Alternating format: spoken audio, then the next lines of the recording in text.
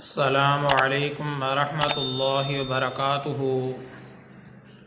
محترم سامعین، آج کے ٹاپک میں ایک شرعی مسئلے کی وضاحت کرنا مقصود ہے۔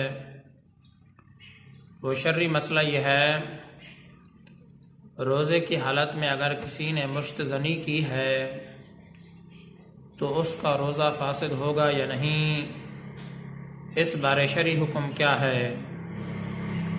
محترم سامعین، یہ بات واضح رہنی چاہیے، مشت زنی کرنا ناجائز اور حرام ہے۔ حدیث پاک میں مشت زنی کرنے والوں کے اوپر لعنت بھیجی گئی ہے، اور قیامت والے دن ایسے لوگوں کے ہاتھ حاملہ ہوں گے۔ اگر کسی شخص نے یہ حرکت کی ہے روزے کے دوران جب کوئی آدمی مشت زنی کرے تو اس سے روزہ ٹوٹ جاتا ہے، اس روزے کی قضا رکھنی پڑتی ہے، کفارہ نہیں ہے۔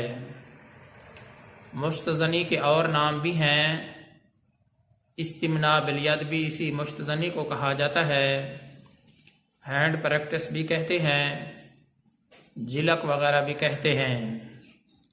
محترم سامعین، مسئلے کا خلاصہ یہ ہے، اگر کسی شخص نے روزے کے دوران مشت زنی کی ہے تو اس کا روزہ فاسد ہو جائے گا، اس شخص کو روزے کی قضا رکھنی پڑے گی، کفارہ لازم نہیں ہے۔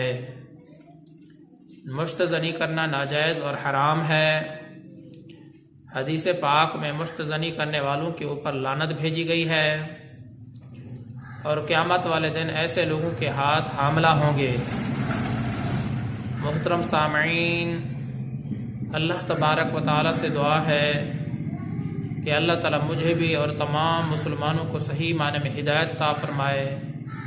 میں آپ سب کی دعاؤں کا طلبگار ہوں۔ محمد ثناء اللہ فاروق۔